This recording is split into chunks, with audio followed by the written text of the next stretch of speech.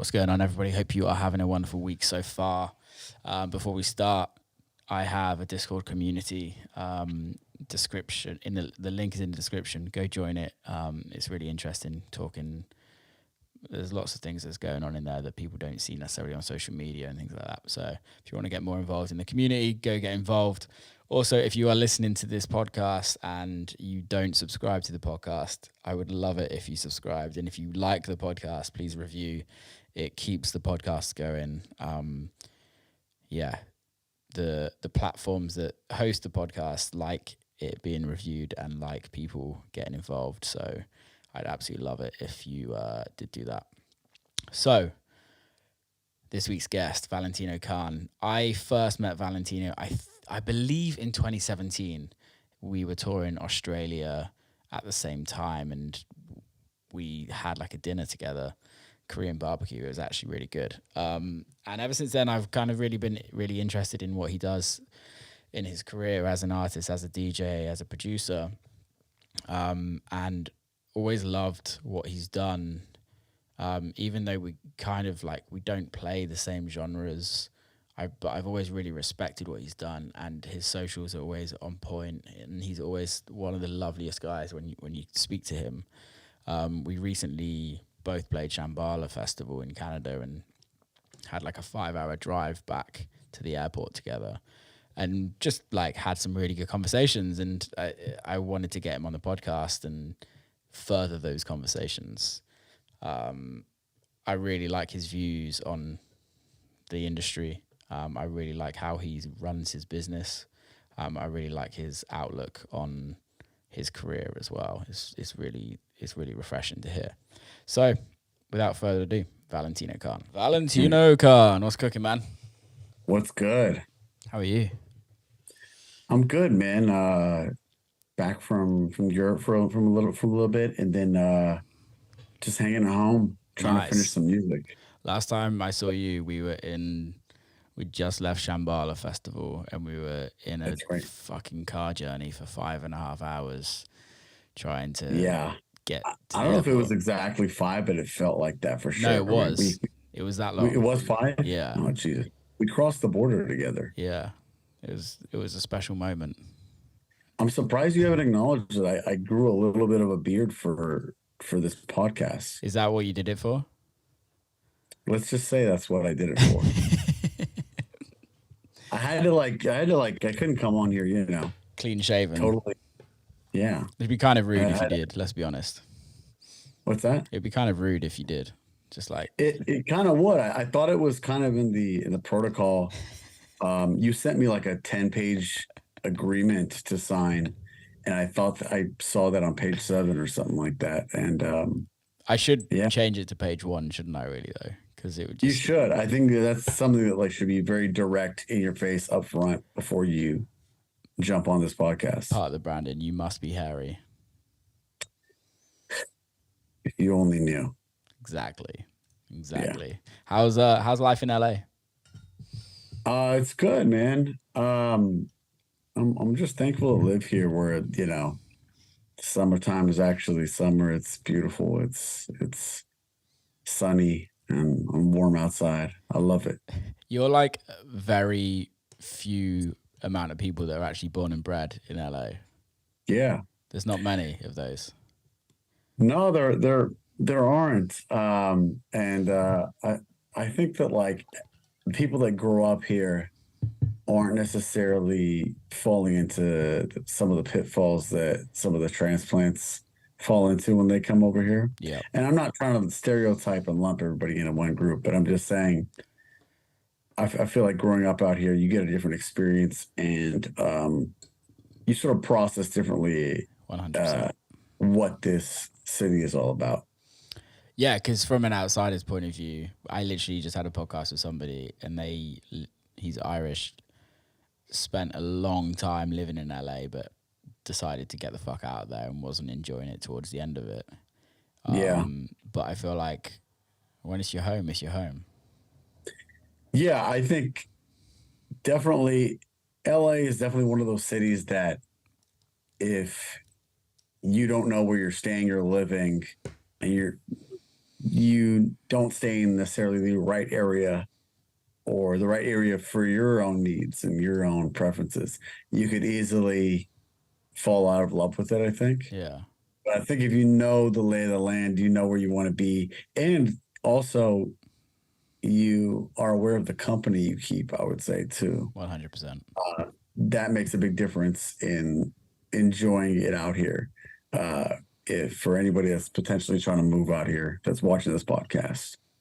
Do you still socialize with people from school, from growing up?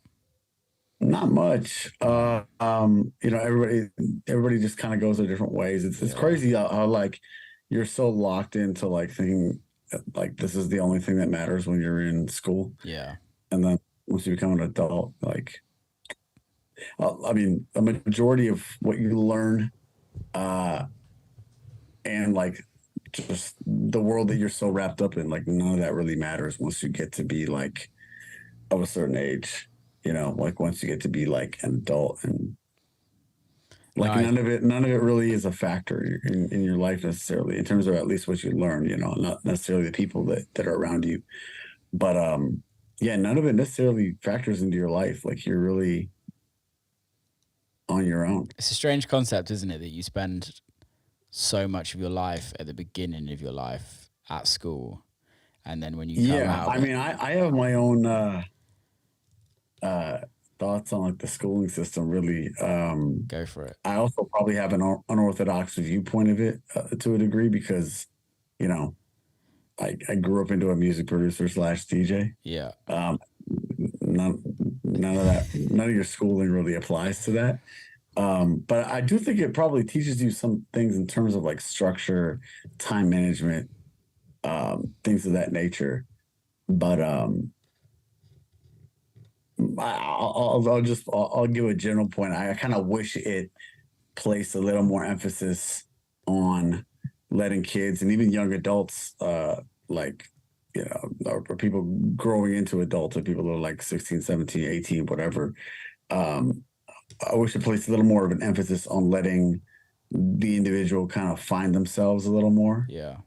Rather than like, here's math, here's history, here's science, here's, putting people into these rigid boxes of like doing all that stuff. But I also think in certain ways, doing that stuff teaches you how to deal with shit in your life that you don't necessarily happen to love, and just find a way how to get it done. Do you find that though, like in your career now, or in your life now, there's a lot of things that you don't want to do that you've got to get done? Definitely not to the degree of like when I was in school, because I would say like if there's things that I don't want to do, in the grand scheme of things, I'm still like, it's fine. Like I'm fine doing this. And like a lot of times it happens to be related to my business anyway. So it's just like, hey, this comes with the territory. This is like part of the deal you signed up for. Yeah. So I can't complain about what I get to do for a living. I definitely worked hard to get to this point, but at the same time, like I really can't complain at all. Like if there's things that I don't want to do that like I said, come with the territory. Yeah. What are those things? You might find it hard to believe at times, because I'm very like forward facing on social media, but sometimes doing social media stuff, I'm just like, I don't know. It depends if I'm in the mood to do it or not. You know what I mean? Like, I think we all have different things that we want to do at any point of the day. And it kind of depends on like, if I'm just like, sometimes I'm just like, man, I'd rather not do this. I'd rather just focus on just making music. Yeah. And I know it's a common complaint these days with artists, but I will counter that by saying, like, I think if people complain about that, either just don't do it. Yeah.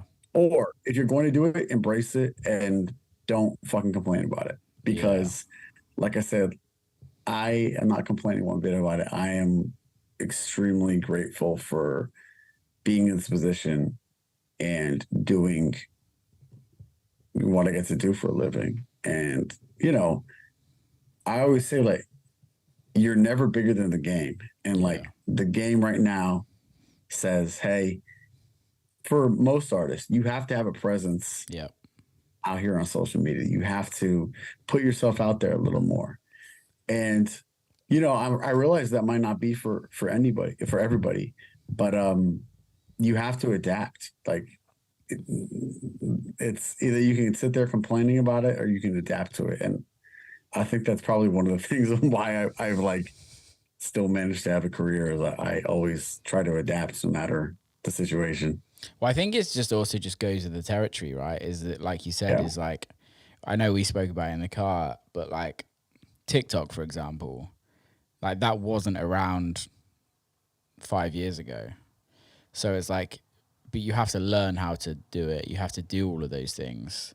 And I think as an artist, if you want to have a career or a forward facing career where people need to come and buy tickets, it's like, well, what do we need to do to get people to buy tickets? And then it's a case of, okay, we need to be in the public eye. How do you become in the public eye?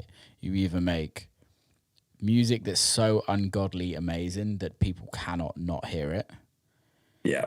or you make great music and you're on social media all the time or on a regular basis, or you make absolutely terrible music, but because you're such a character, people you're such a character on social media, people want to be involved with who you are and want to come and see you. Obviously that's an opinion based thing, but like Right. there's three options really, isn't there? And the first option of making ungodly amazing music, well, that has to be pure luck. Because You think so? I think so to a certain extent, because it's a luck of every gatekeeper agreeing with that statement. Mm. I feel like there has to be a level of foundation of fan base to even get that off the ground. Yeah. I do think though, like sometimes the music is just so great that it's undeniable no matter if you're a fan, you're a gatekeeper, you're another artist, you're whoever. Yeah. Like I mean I was gonna bring up actually I just saw him over the last weekend. Porter Robinson is a Yeah. really good example of like and I told him this actually, I was like, you're one of the few people ever, at least in our world, that I can remember that took off a long period of time from releasing music. Mm. But when he came back, and I believe it was, I hope I'm not saying the wrong release, but it was Worlds. It was like his whole new sound that he currently still has now. When he came back, his music was so undeniably great Yeah. that it took him to another level. So I think like yeah, if you are away, you're off social media and you just don't have a presence for so long. When you come back, you better make sure that shit is Fire. legit. You know what I mean? Like you got to make sure it's yeah, and it's on another level. But he really did that, and I always admire that. You know, on his end, Yeah. and you know, but like you know, someone like how Porter presents himself on social media, maybe how I present myself on social Yeah. media, it's uh, two completely different things. Of course. There's no right or wrong answer. No. But is Porter Robinson posting 30 IG stories a day? Like, no. Yeah. Do I sometimes post 30 IG stories a day? Maybe if I'm carried away, I'm just having fun. I'm messing around. You know what I mean? Yeah. But like, you do it. My big thing, and I try to stress it to anybody I ever talks to about this, is as long as it's organic to you and who you are, you know what I mean? Mm. I think that's the most important thing. You know what I mean? And that's why I struggled with TikTok for a while too. Of just like it felt like this new thing that like all of us like have to do. Yeah. And like I think for me, there definitely were times where I'm like personally, like the style of like comedy or comedicness, whatever you want to call it, that I incorporate into how I put myself out there. Yeah. It's a little bit different than what necessarily engages on TikTok or what I Yeah. thought engaged on TikTok. So a lot of it, and I'm still doing this too. A lot of it was just like I want to find how to be a bit more organic on these Platforms. on TikTok. Like I Yeah. mean, I've always feel like I've been organic on Instagram because it's like posts whatever. Like Yeah. TikTok is very like it's just a different breed. You know what I mean? And if you do like I don't know I don't know if it really applies anymore. But it's like if you do the right like dance or trend or whatever the hell they're doing. I Well, sound like such an old. well, But if you do the right thing, like they could, that post could take off. That being said, I came to the point of realizing that like even if I did something that took off, like did it necessarily do anything for my career in that moment? yeah. It might have been like, oh great, I'm getting a lot of engagement.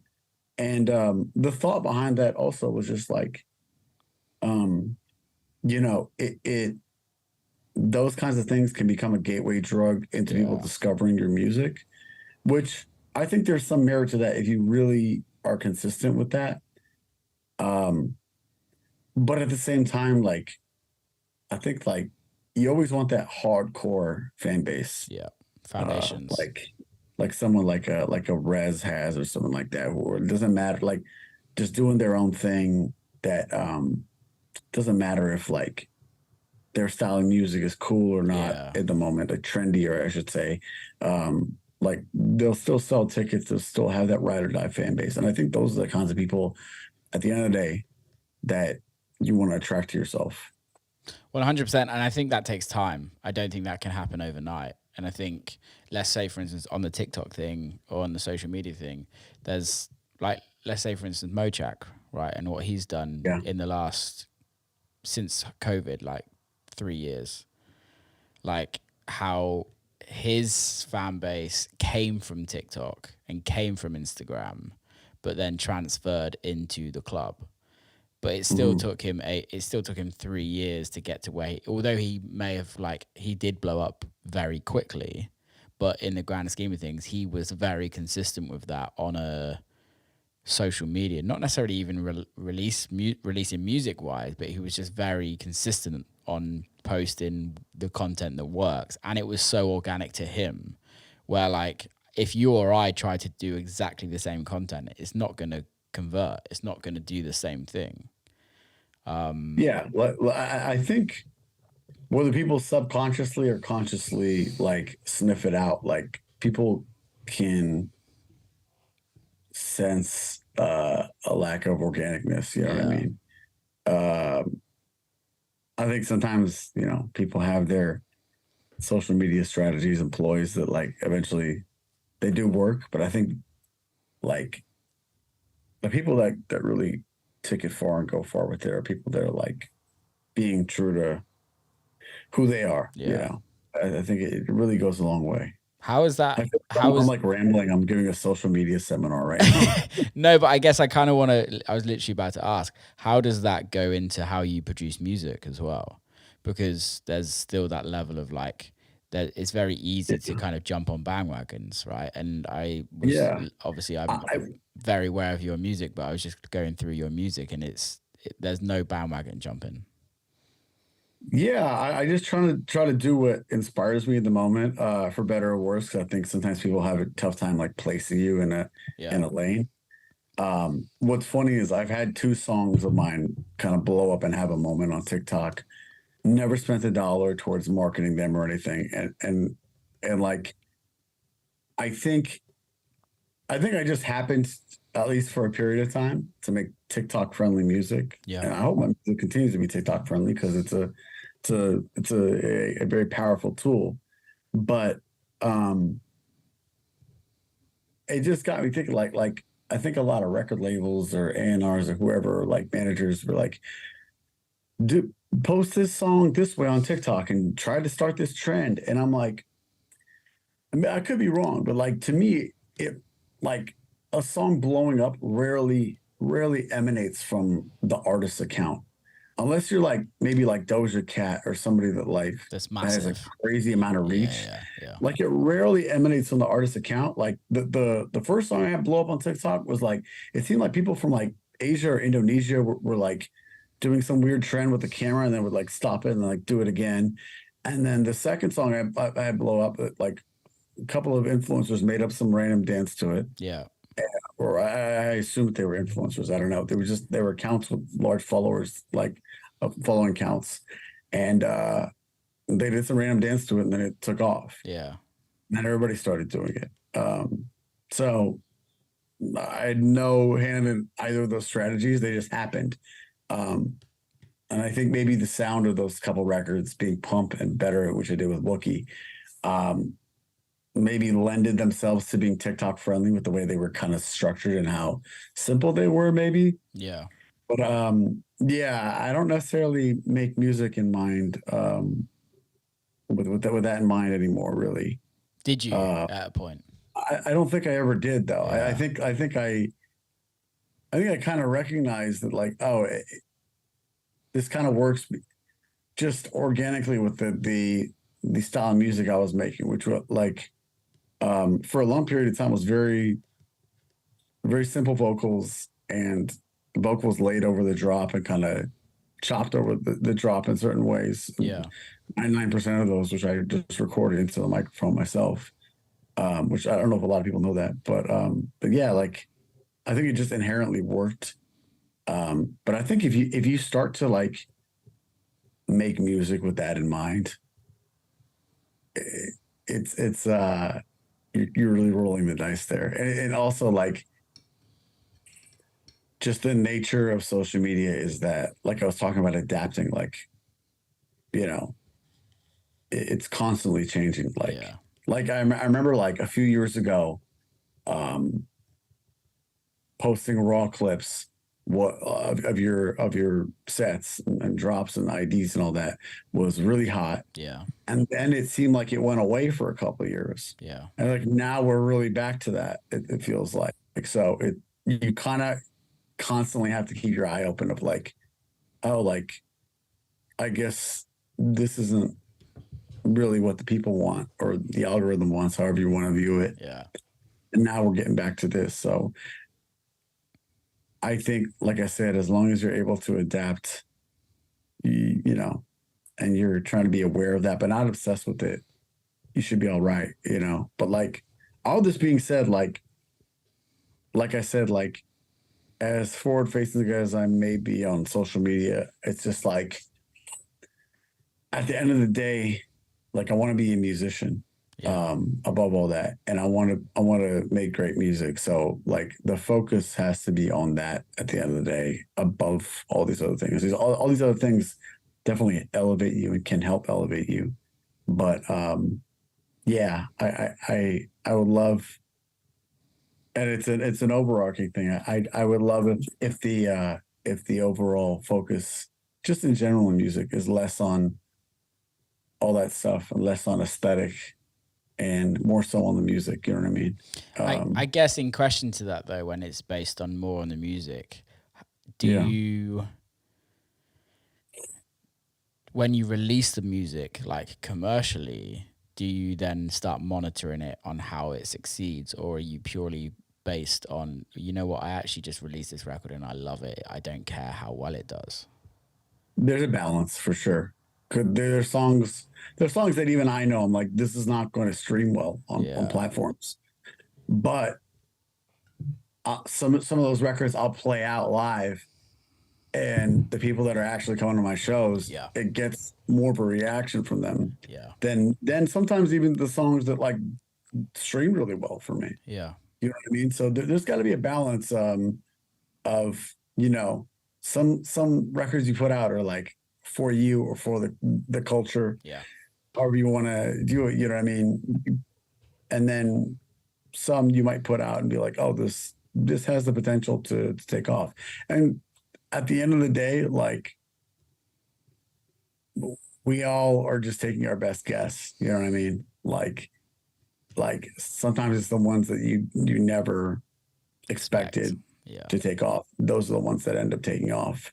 Yeah. It's the life of winging it, right?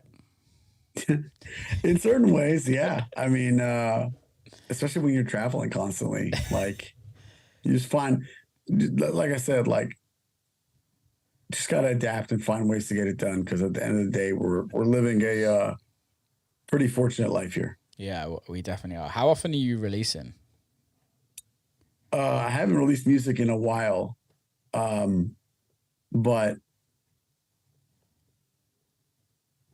I mean, ideally, would love to get back to releasing once a month. I've just been kind of exploring, evolving my sound personally, and not just getting stuck in doing the same thing over and over necessarily, or getting stuck in doing what I'm not passionate about. You know what I mean? And I think I'm definitely taking strides towards that. I mean, I've definitely been very inspired recently by techno, hard techno, even some of the faster house records, like that that DJ Seinfeld and Confidence Man record Yeah. is really cool to me right now. Just a lot of Anna Luno actually just dropped a new one that's really cool. Yeah, It's it's a like a good faster record. house record. There's a lot of like it feels like we're evolving or due for an evolution at the time uh, in dance music right now. And I'm finding what that means for me personally. So I got a bunch of demos uh, that are in the chamber. What's your process for that though? Because I guess like you said, Yeah. evolving a sound or just staying put and just keep on releasing on what you do. And I think evolving is the way to grow as an artist, and your fans can kind of grow with you, and then you gain new fans. But how do you do that for you? What's the process of like actually doing that? Is it a case of finding music that you like and then not recreating it but taking influence from that? Like what's the process? Because it can be a long process. Yeah, I've always taken the approach that I'm influenced by everything and nothing. Mm. Uh, and that meaning just like,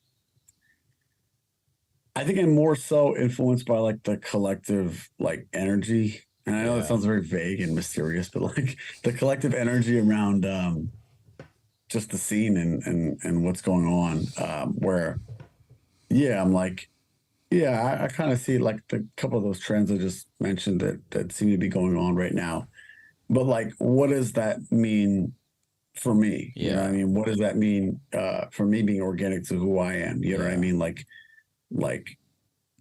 I never want to be like, oh, I made the second best version of this record. Totally. You know what I mean? Um, so yeah, like I think we all are part of this collective energy that like inspires each other. Like I've like hung out with like dubstep producers Yeah. uh, and like just talked about music for a little bit in the past.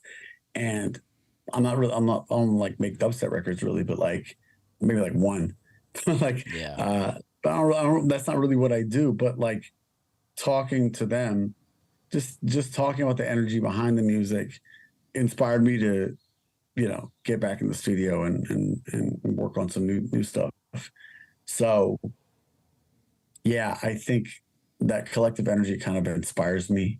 Um, and I think kind of the more unified we can be across all genres in terms of interacting with each other, I think the better it is for just the music we're all gonna make, because it's just gonna keep that like the energy going How do you do that? amongst all of us. How do you do that in a community though? When in the dance music world, the community is like, it's interesting because in America, I feel like it's a little bit more open to like you'd have a fan that is fan of multi genres and kind of go see multiple artists, whereas I feel like in Europe more so it's very much like I listen to this type of music and pretty much that's it when it goes to like electronic music kind of Yeah. scenes.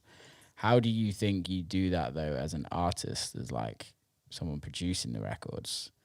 of actually going in and out of different scenes and also bringing people together in that? I mean, I can only speak personally. Like when I first started, um, like a while ago, um, it for fans and promoters especially, it was tough for people to place me because I was all over the place and I was just constantly showcasing my versatility. I'd be like, I started out first making moombahton. Like that Yeah. was the first stuff I really released, and that was like always where like I laid my roots. And then it was like, okay, well, he's the moombahton guy. And I was like, no, I can do more than that. And then it was like, okay, for a second, like this is like many years ago. And it's like, okay, like he's making trap music now. Is he a trap guy? I'm like, no, I'm not. Like, and then I'm like, I put out some some house music or some other genre. And I guess I've at the end of the day, like I really laid my bread and butter being house music. Yeah. But like it's I think taking that approach from the beginning personally helped me like have a fan base that is just like we just like him because we just like the stuff he Yeah. makes, you know what I mean? And I think it's tougher to take that approach nowadays. I think timing definitely was a little bit on my side that I got into it like right as it really was starting to really blow up in America, like Yeah. dance music. Like this was like after Bloghouse and pre Spotify, somewhere in between there was like a nice sweet spot for me to take this approach. And yeah, I think that definitely helped me, but I can also see how it can kind of confuse people, and people are like, who are they? Like, what are they all about? You know what I It's mean? tough, Like, isn't it? It's tough because there's like, we're in this world where we want to kind of keep fans, like, we as artists, so I hate using that word, it sounds a bit cunty, but like, just you're trying. I mean, we are though. I mean, Yeah. we're also expected to do things outside of music too, which like doesn't that add to the art? Like, you're True. But you're involved in or even making your own artwork. I this don't know is what true. you do on your end. You know what I mean? But that's and But I guess the like it's creating, all all that. it's really interesting because as artists you're expected to do multiple things. Like you said, like you're expected to kind of push the boundaries. However, there's also that balance of like pushing the boundaries and also keeping your current fans happy. Yeah, no, 100%. That's why um, I definitely have all that in mind for sure. When I'm, evolving my sound too, um, where I'm like, it's the same approach I take to DJing. Like, I think I'm not going to say there's ever a wrong or right approach, but in my mind, there is a wrong or a right approach to DJing. It's like you should never play. I don't think you should solely play records that you're just like, only you guys are going to like it. I'm going to play. This is what you like. Agreed. Because at that point, you like, why don't they just go home and, Agreed. put a playlist on? Yeah. I also think you shouldn't take an approach to DJing. And let's apply both of these scenarios to producing. You shouldn't take an approach to DJing or producing where you're like, I'm going to make or play these records, Yeah. but like only I know about them and you guys don't know about them. And like, this is what's cool. And like, this is like, Yeah. this is what I'm going to play. Yeah. Because at the end of the day, like it or not, we're entertainers in addition to being artists. My ideal scenario and the approach I like to take is like, I'm going to play. Yeah, I might play a couple things that you might be familiar with, but I'm really trying to play records that you might not know, but I think you're also going to like because I like them too. Yeah. And I think when I always say, like, when they're having fun out there, I'm having fun too. Totally. And I think my favorite sets are just when there is this connectivity between the artist and the crowd, the fans out there. where everybody's having a great time, Yeah. you know? And That's the goal, right? yeah, it is. I mean, that's what got me into wanting to make music in the first place is like, you know, like I came up producing rap records. So like for me initially, it was like hearing a record from like Dr. Dre or like Timbaland or the Neptunes and like hearing it on the radio or something like that. And like, you know, not even having the ability to like read the tag on it and be like, what the fuck is that? Yeah. And it's that constant like curiosity that like a record could spark from you, but like, what is that? Like, I Yeah. gotta know what that is. Like that's the kind of boundary pushing um sound that like got me into dance music from that because like literally it was I walked by my brother's room, he's playing Justice one day and I'm like, what the fuck is that? Okay, Yeah. fine, give me that record to me. And then it became a gateway to like listening to all this other stuff. So like that's the kind of reaction that I love to personally experience even now when like I'm either at someone's set or like somebody sends me something. I mean, somebody send me something, I guess I see the title and I know it's who it's from, but it's that same reaction that it elicits of just like, what is that? Like I have to know and like I almost have to like analyze it, like process it, like Do you still get how that feeling? Do you still get that like, what the fuck is that um record? I would say it's a little more rare these days. I'm Yeah, just being same. open and honest. It's definitely a little more rare these days. I'll be honest, But like I can't remember the last time I heard a record yeah. and was like, oh my fucking God, what is that? And I think the problem is a bit rooted in, um, you know, wanting to put people in boxes of like, you're this. This is the current sound right now. It is this kind of house music. Like this is what you should be making. And I totally understand, especially for new artists, of how it's kind of scarier to take risks, even for established artists that are like, okay, like this is Yeah. even if it's going great for them to like, okay, I'm gonna take a risk and do something different. You know, it kind of breeds the mentality of like, I'm gonna make this that fits into this box. And you're not necessarily going out and taking those chances and taking leaps of like, I'm gonna try something that's like the sound is absolutely crazy and boundary pushing where you're like, whoa, I've never heard anything like that before. Yeah. You know what I mean? And I think this is not just with dance music. It's a lot of genres of music where, you know, you're kind of seeing this. I And, think you're 100% right. Sorry to butt in, but I also think no, you're good. it's just a case of how music is consumed now as Yeah, well, where it's very fast. It's like yeah. even some of the pop records are like 2 minutes long, if you know what I mean. And you're just like everything's just Oh like yeah. there, smash, smash, smash. Same with like on social media, everything's super fast, and it feels like there's actually no like time to really have gather your thoughts about a record before it's even over. Well, I think a platform like Twitter or X or whatever we want to fucking call it these days, or whatever it's called.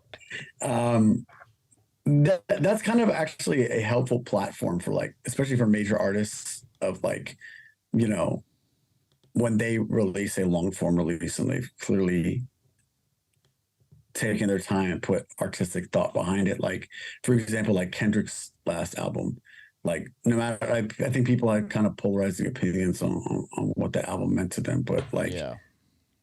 uh, clearly he did something that he was very artistically motivated to do. And there was a actual conversation on Twitter Mm. out there about it.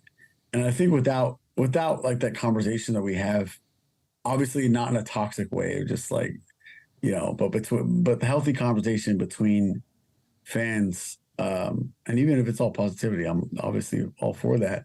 Like I think having that healthy conversation is important, uh, in terms of like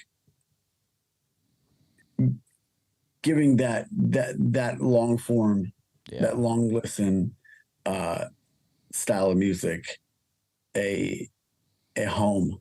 You know what I mean? Mm. Because I mean that's what it's funny. It's like because I was talking about that last Kendrick album. I remember I was in Thailand with a couple other DJs listening to a like two albums prior a Kendrick album. Um, and we were in Thailand. It was like late at night, and then it had just dropped like at midnight in America or whatever it was.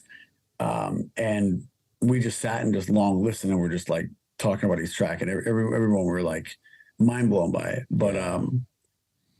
I think it's good to have those, like music. At the end of the day, like music, like the greatest impact to me that it has is it brings people together. Exactly. Like a lot of your friends that you made growing up were like, oh, like cool, you listen to rap too? Like, Yeah. oh, like yeah, and like I remember like burning mixtapes for each other, you know what I mean, back in the Totally. day. Yeah. Yeah. But Yeah. like it's a unifier, whether you know across people from different backgrounds, people of different races, Yeah. religions, whatever you have. It like it was like you know, look how many people went to the Taylor Swift concert, like or 8 nights of it, whatever it was at SoFi. Like she just did. It's like are all those people exactly the same? No, but they all have some sort Something. of commonality. Yeah.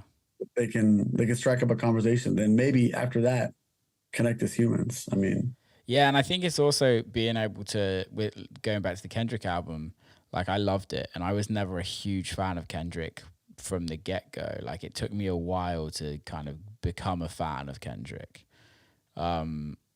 But I feel like it was the same for me with the Swedish House Mafia on their last album, and I haven't thought about it until you literally just said that. But like when the Swedish House Mafia album came out, I got in my car and was driving somewhere for an hour and literally spent an hour just listening to it. I didn't like flick through any song. I didn't like see if I didn't like just gaze over it or have it in the background. I like listened to it like fully.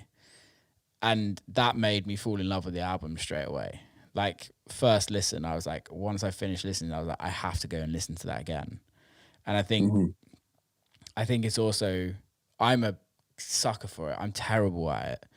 I'll be sent a record and I'll flick through it and I won't listen to it in its full entirety. Yeah, you know how we especially DJs we skim through it like Yeah, we're not gonna listen to the whole intro beat like we're just gonna get to the build up and the drop and see how it sounds. You know what I mean? At least we're gonna get to the part where like the song takes off. You know what I mean? exactly. And then start to judge it. Yes. But we're all again that it completely defeats the object of what we do because Yeah. realistically, like we spend this however long it takes you to write a record and then expect everybody to listen to it from the start to the end because we've Well, made that's why it like that. people are restructuring the records in terms of like you'll obviously have the original mix version and then you'll Yeah. have the DSP Spotify Yeah. Apple Music version that just starts just from like 8 bar buildup sometimes and Yeah. like you know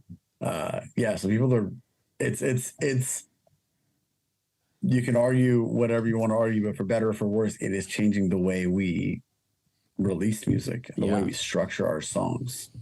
It's also changing how people commenting on not like titling their records because I don't know if you've seen it, but I've noticed it, especially in the last 2 years, where Spotify got really like, or DSPs got really strict on like, okay,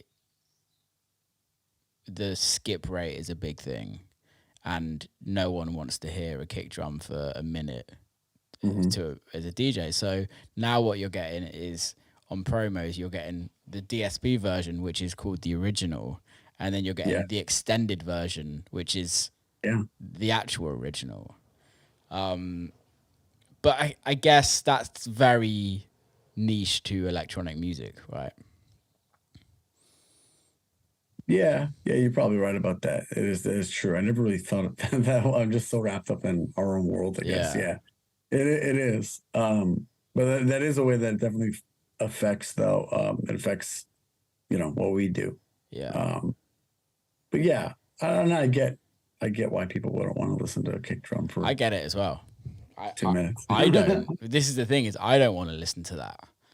Because also, like, people don't realize too, it's a like playlist, because playlisting is such a big thing. Yeah. And even people making their own playlist is such a big thing. Yeah. Like let's say you're like, I'm just giving you a hypothetical scenario. You're pre-gaming before a pool party or something like that, right? And like you and 4 friends split a hotel room, and you got a boom speaker in the room, and you're like, one of your friends is like, yo, I'm gonna put on this playlist.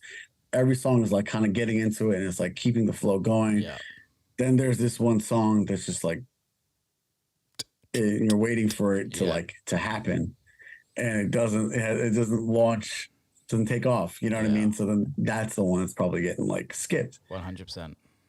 That's why I think playlisting plays a part into why we have to structure these records that way now.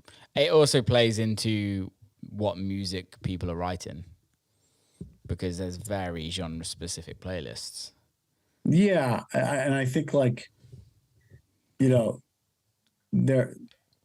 like, obviously they still exist, but there's definitely house records that, like, where the drum beat never really goes out, maybe gets filtered out a little bit, but the whole thing is a constant crescendo. Yeah. It is not much like linear, like a rigid structure to it, where it's like build up, drop, like breakdown, whatever. It's more just like, it could be something that's just getting slowly like filtered in. Yeah.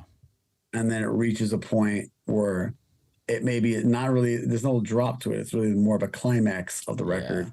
And then that's what it's been building up to the whole time. But yeah, that doesn't necessarily work from the modern day streaming perspective, or formula, however you want to call it. Because people are just like, it's a bit of the sign of the times. It's like people like the sense of immediacy, sense of like, now, like satisfaction now, like I can get this right now. You know what I mean? And there's also like a small handful of artists that can create longer form records that stream well, because that's what their fan base want. Oh yeah, like it's definitely like, as much as people get caught up in like whatever your monthly listeners are, or on Spotify, or your metrics and all that, like there's artists that don't really do numbers, or at least relatively speaking don't do numbers, but then they'll sell a fucking 5,000 cat venue out in like, bam, like 10 minutes. Yeah. You know what I mean? So it's like, it's not like a 1-to-1. And I think for every artist, and like you said, their fan base, it's different. Some artists are more like hard ticket artists, compared to and some artists are streaming artists. There's also artists that stream and do millions and millions, like hundreds of millions of streams, and can't sell a damn ticket to save their life. That, you know what I mean? That weirds me out. It happens. We've all got friends. It does, well, obviously we've seen it before. Yeah, but it weirds me out. It weirds me out a little bit. Like, okay, the first thought, if you're like on the I don't want to say conspiracy theory tip, but like you'd be like, oh, are the plays all fake? Who knows? Who's to say? But I think if you generally listen to that kind of music, it's typically something where it's like, it's nothing mind-blowing that it will spur you on to like be like, I have to go see this artist in person. Whereas like a lot of those crazy dubstep records, like in terms of what you're told like is great for streaming on all these platforms, it's a terrible formula. Yeah. And it might not necessarily do the numbers that certain other records might do, but those guys are selling tickets like crazy. You know what I mean? Like there's all these bass music festivals that are popping up right now, and it's because they're not getting like plays of people like that are like, oh, I want to like listen to this long form necessarily, or like, you know, they're not appealing to like the modern day, what you're told is like the traditional listener. Their appeal is like they're making something that's mind blowing and you have to experience in person, especially when you lump in all the production and all that. Yeah. And, I think I think the thing that weirds me out with when an artist it's not equivalent to their sales. That's it's like the thing. Yeah, that's the thing. And I think it goes to show that like, because you can earn a good living from streaming if you're one of those artists, right? If you're doing millions, hundreds of millions of streams on your, but the thing that I struggle to work out is that are these actual fans listening, or is this just great placement on playlists and no one's really giving a fuck about your music? I mean, if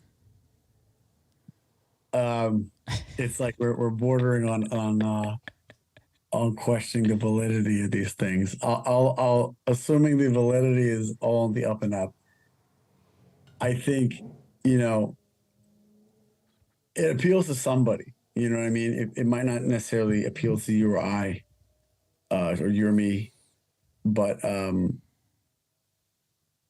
it appeals to somebody. And you know, if it's great placement on playlisting, like people might not be skipping over it. Or maybe people are just these are just playlists that are just on in someone's living room while they're vacuuming. Yeah, exactly. Yeah. It might not even be fucking actually listening. This is what I'm on about. It's just, I don't know. Yeah.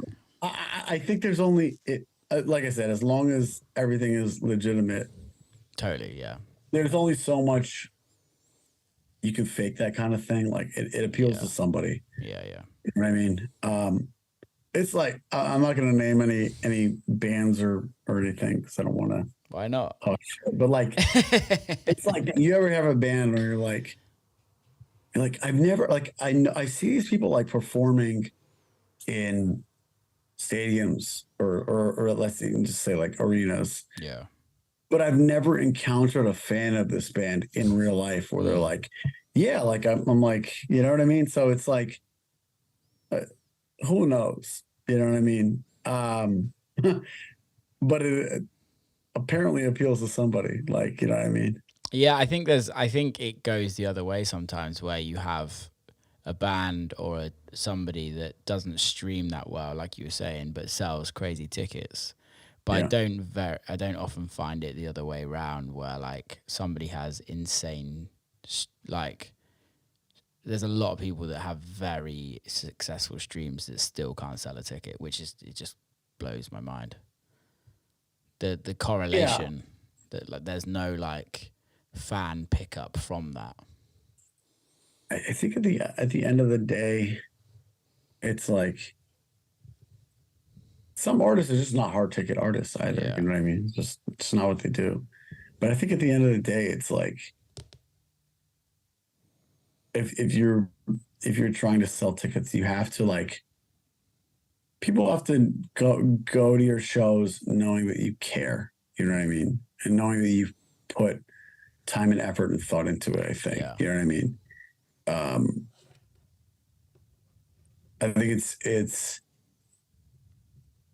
easy to just be like, oh, I have X amount of streams or whatever. I'm just gonna play whatever. Yeah. But I think if people come to your show and know that you care in some sort of way, and sometimes it's playing really boundary pushy records. Sometimes it's just finding a way to connect with them. You know what I mean? A lot of artists are just like, they just have constant sing-along moments in their sets. You know what I mean? Whether they're playing edits, they're playing their own songs, whatever. But I think it's finding a way to connect with people in the live sense. Yeah. Finding your way to do that. Yeah. How for you going from making music to being the person who you are on social media to then doing a live show? Like, I've always really enjoyed watching you from afar, really. And like, I've always really liked how you've kind of just told the story of you in different forms. Like although like we play same festivals, we play different stages.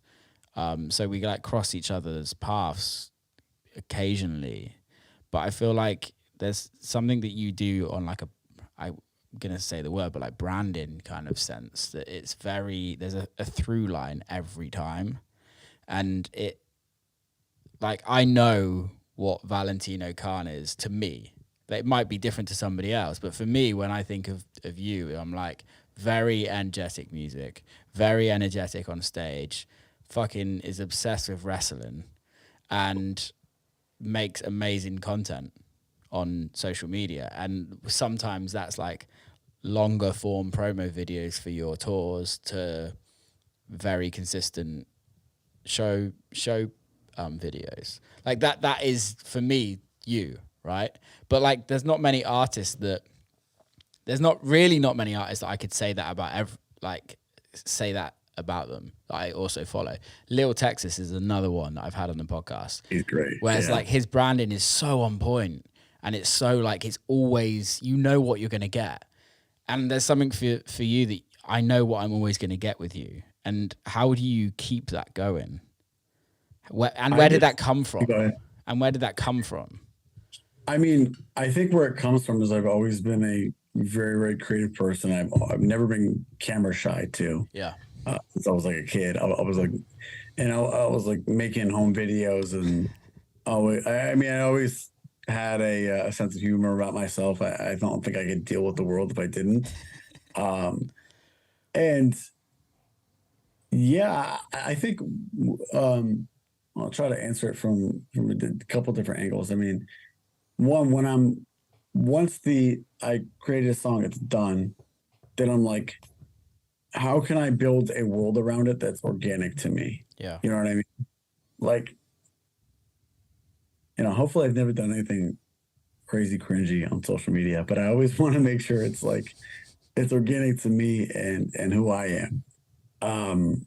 So yeah, that does tie into, the social media stuff with all of that. But I try to be like, how can I create a world around this? You know what I mean? And it's not a lot of this. Yeah, like you sort of alluded to, it is a bit of telling a story, and it's a metaphor for life when we're telling stories with our art, and in big ways and in small ways.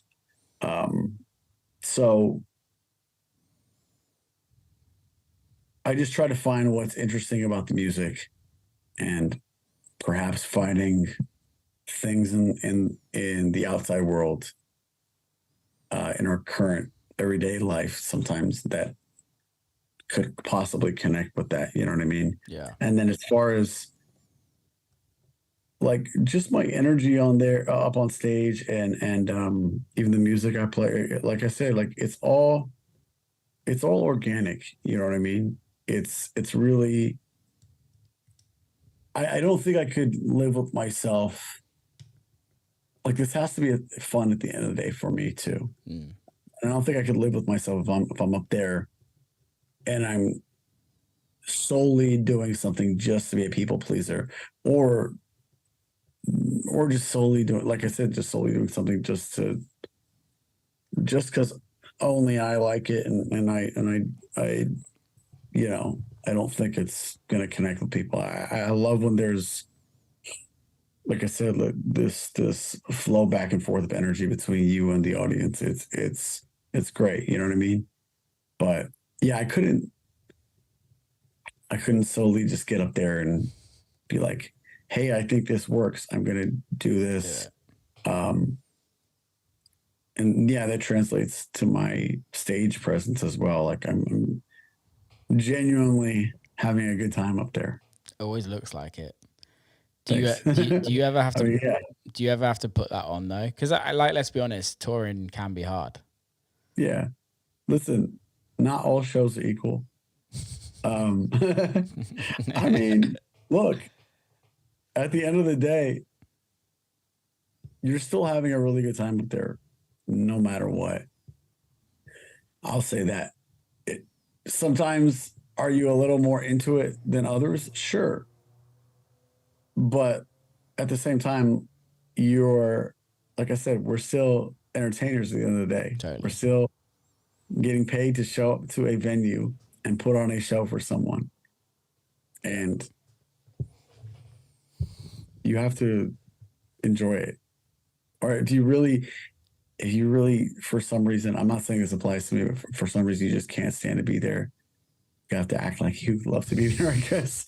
But like at the same time, I was just thinking like, I just don't understand DJs that like I'll just watch and they're just like just not even moving when they're playing. Like unless there's a couple of like maybe um exceptions to the rule, like someone like a Gustavo Steen. Like I don't want to see him move. I want to see him just be like stand there and just be like, you know what I mean? Like Just be a grumpy French man. yeah, or like a Lana Del Rey or something like that. Like people like that, I think like where it's a part of like it meshes with the music, like then I think it's cool. But like for the most part, like for the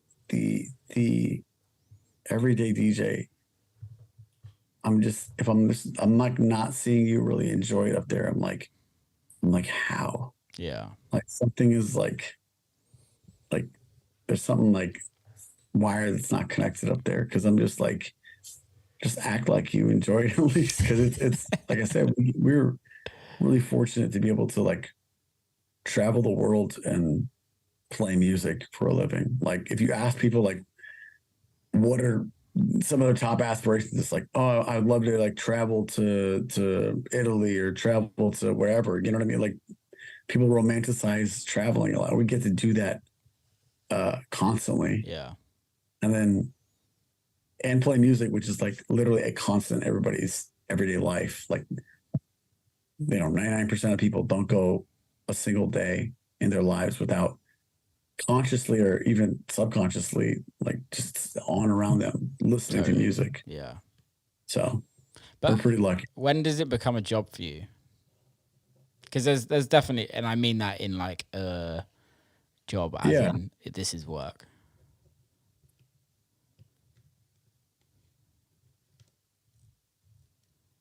Because Yeah. I'm not being disrespectful, but I I know. truly don't believe that like you're like this is 100%. I love this all the fucking time. No, I mean that's I think everybody like you especially what you see through what we see on the internet Yeah. or even in person, it's like there's always a person behind that is dealing with things on a day-to-day basis. I mean, for me, it's like it becomes a job when I'm, and this is just it's just how I am, and I'm like very detail oriented, and I'm very hands on with like all aspects of Yeah. what I do. Whether it's I did the high power show in LA at the Palladium, and like never. I mean that I'm kind of actually arguing against this because this was actually really fun for me, but like I was I've never been more involved creatively and with the stage setup, the visuals, the Yeah. like all of it. You know what I mean? So like I'm very hands on with all that, but like yeah, even when it comes to like I guess like it's really the business side of it, and but you have to treat it like a job. Like if you don't treat it like a job, you're not going to find much success. And I'm not saying that you have to clock in at this hour and then clock out of this hour and then do necessarily treat it like that. I mean, there could be a good approach, but you have to take it seriously, and you can't afford to let a certain aspect, and there are many aspects that we have to deal with. A certain aspect become an oversight. You have to just keep your eyes on things at all times, and I think that's when it can feel like a job. Like you're replying to emails, you're replying to texts, you're getting back on things with people, Yeah. but it's all necessary, and if you don't, like, you're kind of fucked in certain respects.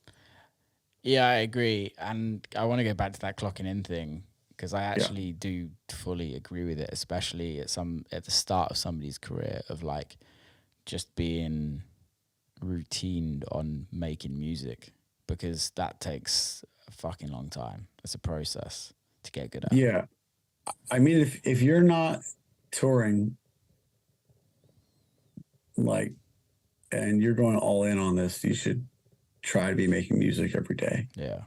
Um, and I also do understand as an artist too, there are times where I'm feeling really creative. There's times where I'm just like, I don't feel creative at all. And Yeah. it's a feeling, and you'll be more tapped in with that and more connected with your own gut and your own mind the more you do it. How do you deal with the non-creative times?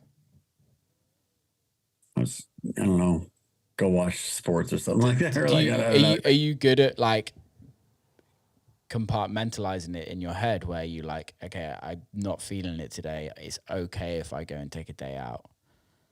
Yeah. Yes or no. Like, I mean, like yesterday, it's funny you said that. Yesterday, I actually passed up on going to the Dodgers game because I was like, I need to work. I haven't had it. I've been traveling a little too much. I haven't had enough time to work. They were really good seats actually. So I'm kind of like, Fucked off. oh yeah, my friend hit me and I was like, I saw the seats and I was like, God damn it.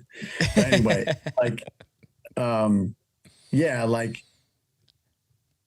that's really when, and I'm not saying it like in terms of like, oh, it's like pulling teeth or it's like a drudgery to do or some shit like that. But it's like that's when it becomes a job, is when you have to make those decisions of like, you know, am I taking this seriously? Am I clocking in? Yeah. And like I said, yeah, maybe it doesn't necessarily have to be at a specific hour, but it's like, yeah, I need to devote this day to like working on music. And I made good progress with the song I'm working on. So at the end of the day, it was like, it was worth it. I'm still salty over not going to the game, but at the end of the day, like I said, that's when it is a job, and you have to treat it like a job. Is when you have to make those decisions. I mean, you know, going to the Dodgers game can be substituted for going out with your friends or like, Yeah. you know, doing things that are part of a normal social life. You know what I mean? So, yeah, that's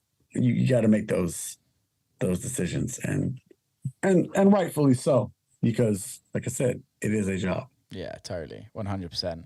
With the High Power show, was that your biggest show, biggest like headline show for for yourself? It would be tied because it's the second time I've done the Palladium out in LA, I would say. The first time I did it, I brought out Shaq, who I'd never met before. I'd only just talked to him on Instagram and FaceTime. And then I brought out Snoop, which was absolutely insane. Diplo came out as well. So I had a bunch of special guests the first time. How do you even organize that? Well, I mean, first the thought is going into it is like that at that time, especially, that was like, this is my biggest show ever. Most hard tickets I've ever sold. Like, it's a sold out show. Like, I have to deliver. Like, Yeah. like I didn't make any money off that show because I'm like, I have to deliver. And then it's like, well, if this is your biggest moment, like, you kind of just make every phone call you can make. And the Shaq thing was just really, it was great timing, honestly. And it was, he's just such a great guy. Just a rock solid human being. And then he hit me from, he had just started the DJ Diesel thing. And I'd seen videos of him DJing on the internet before. And I was like, oh, cool. Like, Shaq's getting into DJing. Then I had seen, like, he had played my record that I did with Skrillex like a while ago. And I was like, oh, okay. Like, he played that song. Like, maybe he's aware, maybe he isn't. And then he had just started his DJ Diesel Instagram account. It wasn't even verified yet or anything. So then I was like, I think he DM'd me. It was something like, it was like, yo, what's up, bro? This is Shaq. I love your shit. And I had to like, I was like, I want to make sure it really was him. I was like, oh yeah, Shaq. So I want to. I saw like who was following him that I knew, and I was like, oh, there's a couple people that like actually were following him. So I'm like, it seems like it's legit. It's on, like, the count was only posting like Shaq stuff on it. So I hit him back, and then I was on the runway in South Korea, about to fly home, And we started talking. He was like, "Yo, I'm a huge fan of yours." I'm like, "Oh shit, that's crazy." It's Because especially crazy. born and raised in LA, I'm like, Yeah. grew up watching Shaq and Kobe like win championships and all that. And then yeah, he hit me back. And then like we exchanged phone numbers, and like about 2 minutes later, I'm just sitting. There's like a flight, just a random Korean dude sitting next to me. I'm about to fly back to LA, and then I see like FaceTime from Shaquille O'Neal. I'm like, "Oh shit!" I'm like, I guess I got to answer this. And then he was just like, he just couldn't have been a nicer person. Amazing. And we stayed in touch after that. And then we talked, and I think I sent him some new music, and he said like, "Yo, I'd love to rock a show with you one day." And I was like, "Well, actually, they have this show coming up," and Shaq did not ask for a single penny on the Amazing. show. He just showed up, never met him, and that's what I tell people about him is he really does it. His approach to it is really what's ingratiated himself with so many people, and what's given him how he's given himself such a great reputation in our scene with what he's been doing is just his approach and him not asking for any handouts and wanting to put on people and elevate people that he thinks is people that he thinks are doing something impactful in the scene. Yeah. So yeah, so then he came onto the show, and then Snoop I got connected with from DJ Green Lantern. Shout out Green Lantern. Connected us together and brought Snoop back out for that show, and that was like That's crazy. that was insane. And then I called good old Wes, and I was like, "Yo, can you also go back to back with me?" So yeah, I played back to back with Shaq, and then played. It was all surprise guests too. I didn't say anything to anybody. It was just like it was like yeah, I just did special guests on the flyer, I think. Yeah.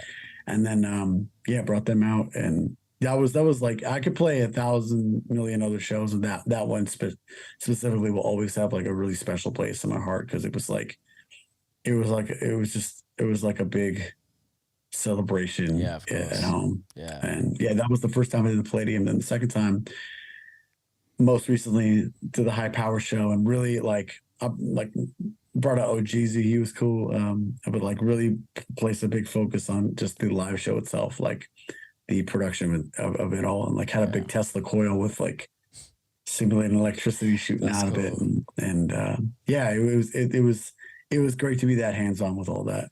I think it's really important when you're doing a show that big as well.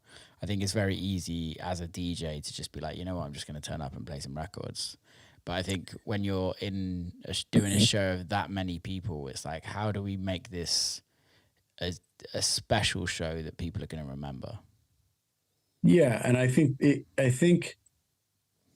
I had just because of the way and the route which I had my ascent into where I'm at now. I never really had the opportunity to do that necessarily, Yeah. or even the knowledge at times. Like I'm still learning and Yeah. consistently just like asking questions and wrapping my head around Yeah. things and from a creative perspective when it comes to production. But like I was like, this is a really great opportunity to do something impactful, and I think the more I'm able to do that, and I'm always looking for the right shows to do that at. I think the more I'm able to do that, the more I think people hopefully will consider me as someone that really puts on a show and really like delivers when you like buy a ticket to see a show of mine of that scale. Yeah. That's what I'm doing with like the high power shows that I'm like going to be doing more of. It's when you're doing something of that scale, like we know he's going to put a lot of thought and time and effort and energy to not only giving us something impactful, but something different. Yeah. And that's hopefully like the more I get to do things like that, like people will like associate me with those kinds of shows. No, I think it's really important, and I think it's also really special with like what you spoke about with like Gustaffelstein and things like that. Like these big artists do something special, it takes a while to get to be able to do that. So Yeah. when we all know it costs money, we all know Yeah. I was like mostly because of the financial aspect of yeah, it. it Yes. costs a These things, fortune. I'm not just like, hey, like let's fucking bring a giant Tesla coil in. Let's Yeah, like put the light. Yeah, it doesn't.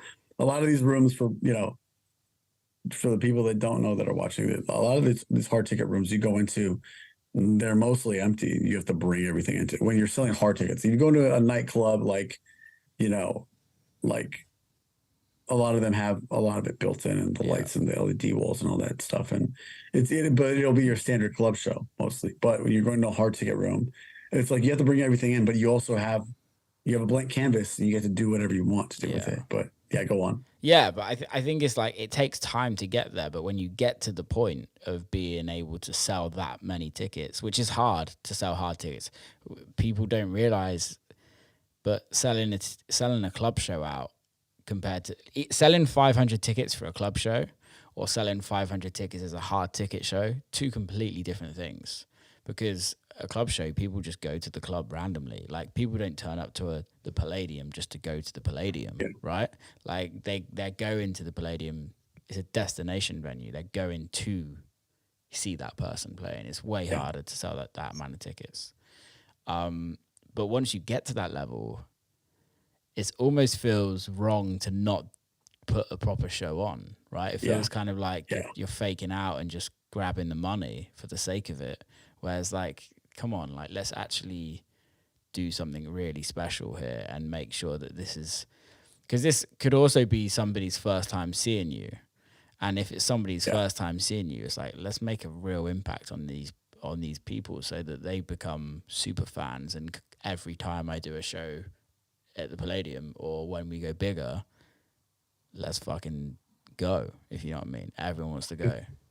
Yeah, you feel like you'd be shortchanging the fans and yourself. It's like making it all the way to the Super Bowl and just not going to practice that week, not showing up to the game. You know what I mean? Or like it's like this is you have to realize, especially like the first ones you do too. Like this is your moment. Like you've everything. That's it's actually funny. I'm saying like that was part of like the little trailer I dropped before the first Palladium show. Is I basically said I literally I think verbatim said it all leads up to this. Yeah. Which is what I felt at the time. And like I really had that like do or die mentality about that show. Like this has to be a success and people have to walk away from it Happy. not just happy but like remembering that show because a lot of these people like go to like they'll go to like hundreds of shows in a year, and my goal, especially with the last show that I did, the high power show, now that I like learned so much from that first show, like there were so many little things on that first Palladium show that I did years ago that like only I and my team maybe knew that didn't really go according to plan. Yeah. But then no one out there, I don't think, noticed the thing. Like the first thing I asked when I got off stage was I saw my manager and I was like, did anybody like notice anything that messed up? He's like, no, it's fine. It was great. I was like, okay, cool. Cause like, so you learn, you can plan as much as you want or think you're prepared as much as you want. Sometimes you learn the best when you just jump into the fucking water, man. No, I and agree. Like, I learned a lot and like, so with this last one, like getting to do it again and put an emphasis on the production of it more so than ever before. That was a big goal of mine, is for people to walk away from it and at the end of the year be like, that was at the top of like the live shows that I went to that I really remember. And the set is on YouTube as, by the way, if anybody wants to watch it. I got it filmed also from different angles and all that. It's nice to have that though, isn't it? Because you can go back and be like, oh wow, that was a real period of your career where it's like you say, like it's now or never. And if this doesn't succeed, it's like, what's next? Because it's fucking hard to, it's not hard to come back from if it doesn't succeed, but it feels like it's a hard thing to come back to if it doesn't succeed, if that makes sense. Yeah, I think at the end of the day, it just gives you like more and more confidence to like approach it again. Yeah. You know what I mean? From that perspective, I think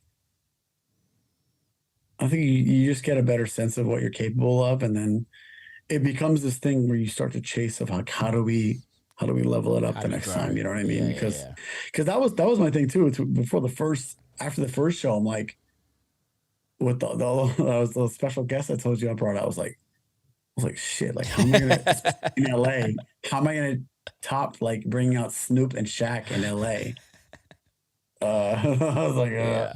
so I was like, I never really admitted it to myself, but in the back of my mind, I was like, well, you can't. No. It's kind of hard to, I mean, unless you brought out like Kendrick Lamar or something like that. Like, Yeah. I don't know. Like, it's like, it's really difficult to do that. Like, so I'm like, just focus on putting together a really, really memorable, great show with great production and great music. Yeah. Do you plan the sets in that sense? That set was definitely more planned than like your typical DJ show set. Yeah, yeah. that I would be doing, because there's so many bells and whistles with the production. There's cues, Yeah. there's lighting cues, there's visual cues, there's special effects cues, that we have flames and all that stuff. So, and yeah, I even like I worked with a great team which helped me bring a lot of these visuals to life. But I even was taking existing content and time coding it to certain records Yeah. that I have.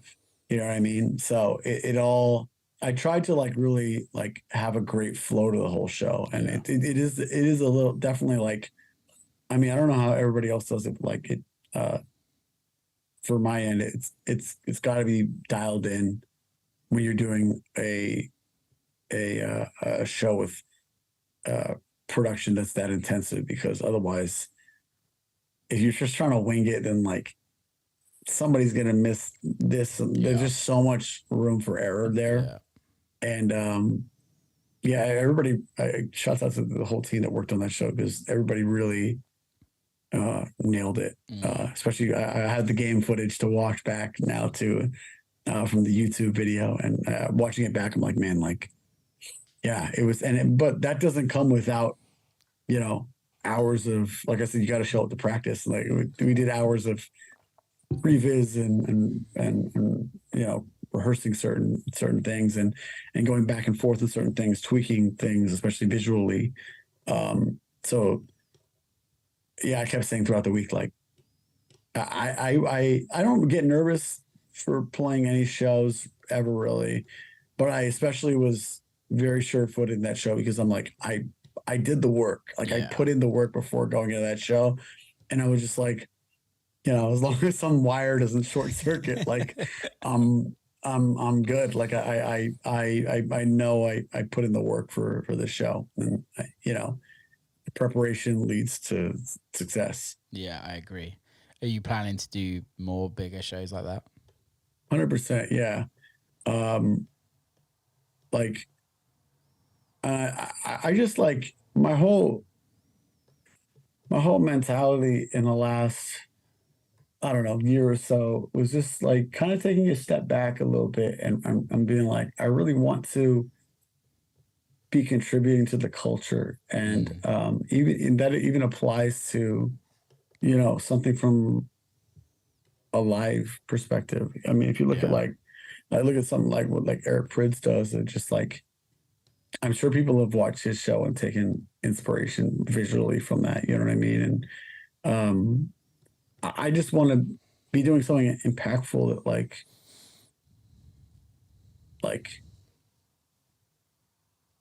like steers us on what I believe is like the right path. You know what I mean?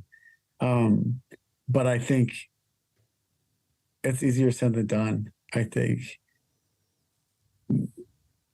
you have to kind of ingrain in people that like you're the kind of guy that puts on those We can do shows. And it. I think Yeah. that first Palladium show, and I did a show in the Bay Area too that was very similar, high power show. I think that's that, taking steps in the right direction in that regard, and in conjunction with that, I definitely want to put on artists that I feel like put them on as support to those shows that I feel like are really pushing boundaries, really doing something cool and impactful. Yeah, I respect that a lot, man. I really respect that. Yeah. It takes a lot of I think work. I'm just really like, it's always been a thing that I've wanted to do. I'm really, especially now that I have the means to do it. Yeah. I was just getting there. Like that was the thing about like the first Palladium show, was like I was just getting there. So where I could do that, then pandemic. Yeah. For it just like, thankfully I was able to kind of took a little bit of, pick up from where I left off when things reopened and all that. But like, yeah, like now that I have the means to do it, and knock on wood, like we're all good for no more interruptions. Like, yeah, I'm just happy to be in that place, and yeah, I think like you alluded to earlier, it's like, yeah, you're in a great spot. Like, you're in a great spot. Like, do something great with it. Totally. That's yeah, I definitely want to place a great emphasis on that now. Amazing, man. Dude, I think that's a perfect way to end this. Thanks for coming on. I really appreciate it. Thank you for having me, man. I've always loved your music and had a lot of respect for it, and you've always been a good dude. And it's just good chatting with you when we're not stuck in a car for like 5 hours. Yeah, that was a rough one. It wasn't actually that bad.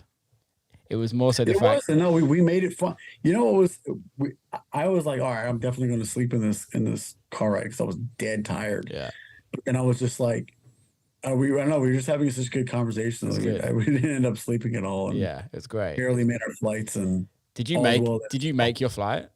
I did, barely. Yeah, we barely made our flight. I'm trying to like have like clear recollection of that, but I was so out of it that I was like, I just don't remember having to get on a different flight, so I made my flight. That's good. Yeah, I just don't remember. Like, I think, I was good. Yeah, that's barely good. Though, I think. Yeah, mine got delayed by like 2 hours. So I remember that. Good. Yeah, but you had to connect, right? Yeah, and then that got delayed. It was a nightmare that day for me. Oh, it took those are the worst. Is when you just haven't slept, and then everything goes wrong with the travel. It's like it took me 12 and a half hours to get to LA. 12 and a half hours? Yeah. That's crazy. We weren't even that far. We're flying out of Seattle. Yeah. That's insane. Or Tacoma. No, I don't know. Tacoma, is it? No. Spokane. Wow. Spokane. Right, Spokane. Fucking hell. Yeah. We fly too much.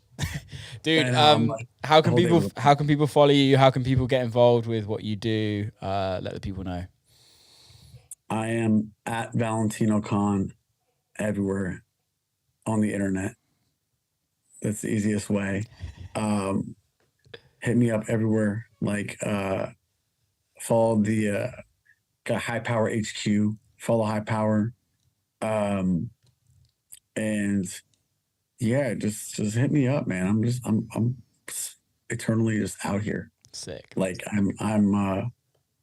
they don't call it social media for nothing. So hit me up. Love it. I love that approach. Dude, thank you so much. Keep in touch, and I will see you very soon. Appreciate you, brother. Peace, man. Big love. Talk to you soon. Peace. And that's a wrap. Big love to Valentino for coming on. Thanks to everybody for listening. Please keep safe. Please share the podcast. Please get involved on the community. The link is in the description, and I will see you next time.